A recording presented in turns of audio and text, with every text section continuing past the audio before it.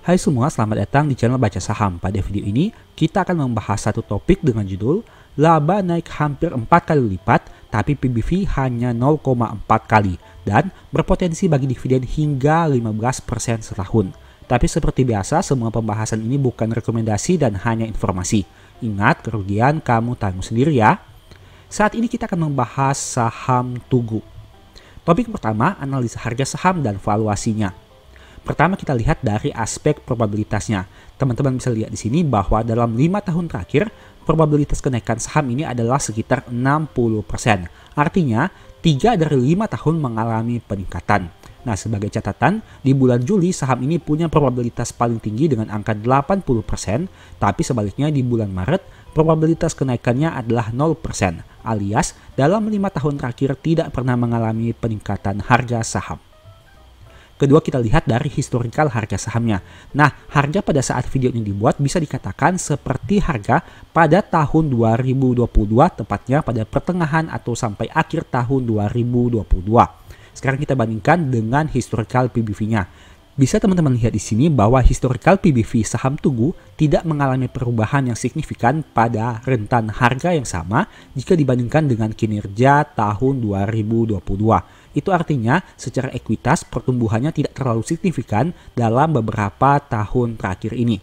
Nah, proyeksi harga saham jika kita mengasumsikan akan terjadi peningkatan harga saham hingga ke PBV 0,53 kali, itu berarti apabila dikalikan dengan angka book value per share-nya akan ditemukan harga saham sekitar 1.400-an rupiah. Tapi ingat, ini hanya proyeksi. Angka tersebut bisa benar, bisa juga salah.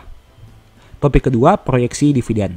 Nah, teman-teman bisa lihat di sini bahwa kinerja di tahun 2023 diproyeksikan mengalami peningkatan yang sangat signifikan dibandingkan tahun 2022.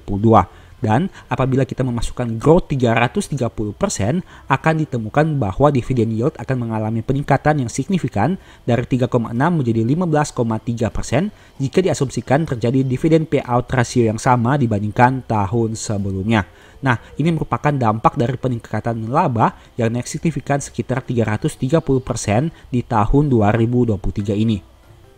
Topik ketiga, kinerja Q3 tahun 2023. Pertama kita lihat dari aspek asetnya, yang mana mayoritas berasal dari aset reasuransi, begitu juga dengan liabilitas yang berasal dari liabilitas asuransi. Ini merupakan hal yang wajar karena Tugu merupakan perusahaan asuransi yang tentu memiliki bisnis di segmen tersebut.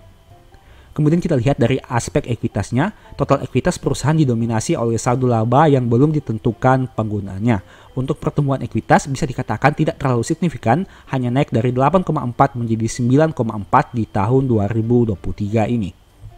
Kemudian kita lihat dari aspek laba ruginya, pendapatan terbesar berasal dari premi bruto dan hal ini sejalan dengan bisnis yang dimiliki oleh perusahaan ini, yaitu bisnis asuransi. Sehingga hal itu menyebabkan total pendapatannya masih bisa tumbuh di tahun 2023. Sedangkan untuk komponen beban, teman-teman bisa lihat di sini bahwa secara total beban mengalami penurunan dari 1,8 menjadi 1,3. Apabila dianalisa lebih lanjut, hal itu disebabkan karena terjadinya peningkatan pendapatan lain-lain dari 57,4 menjadi 930 di tahun 2023. Nah, hal itulah yang menyebabkan kenapa total bebannya mengalami penurunan dan juga tentu saja berdampak kepada peningkatan laba bersihnya dari 235 naik menjadi 1,1 di tahun 2023 ini. Atau dengan kata lain, kenaikannya mencapai 300% sekian dan bisa dikatakan hampir 4 kali lipat.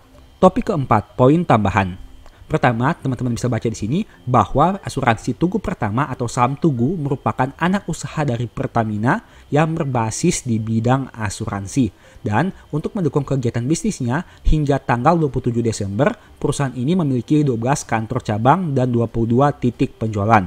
Nah, itu teman-teman bisa lihat bahwa mayoritas saham Tugu dimiliki oleh perusahaan Pertamina dengan porsi sekitar 58,5%. Topik kelima, poin minus tentang saham ini. Pertama, teman-teman bisa lihat rasio dernya sudah tinggi dengan angka 145%, yang berarti hutangnya lebih besar dibandingkan modalnya. Memang secara logika hal ini wajar untuk bisnis asuransi.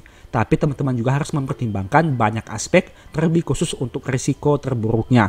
Tentu kita harus berkaca kepada kasus asuransi yang pernah terjadi seperti Jiwasraya, yang mana memiliki proses gagal bayar klaim hingga triliunan rupiah. Tapi kita juga harus melihat apakah Tugu ini memiliki potensi risiko yang sebesar itu, ataukah Tugu ini memiliki kinerja yang bisa dikatakan baik sehingga untuk kemungkinan gagal bayarnya sangat rendah. Itu harus dianalisa lebih jauh di dalam laporan keuangan serta berita yang beredar di masyarakat. Poin minus kedua, dalam 5 tahun terakhir saham Tugu masih turun 27% dan menariknya dulu saham ini sempat menyentuh angka 1755, tapi ingat pernah juga di angka 612. Demikianlah pembahasan singkat saham Tugu. Selalu ingat bahwa video ini bukan rekomendasi dan hanya edukasi. Segala risiko kerugian menjadi tanggung jawab kamu sendiri. Di video berikutnya kamu ingin dibahas materi apa lagi? Tulis di kolom komentar ya. Sebagai informasi, berikut ini beberapa list ebook baca saham. Pertama, strategi nabung saham. Kedua, the stock market. Dan yang ketiga, cara cepat analisa laporan keuangan. Apabila tertarik, chat saja pada nomor WA yang tercantum. Sekian video ini, semoga bermanfaat. Thank you.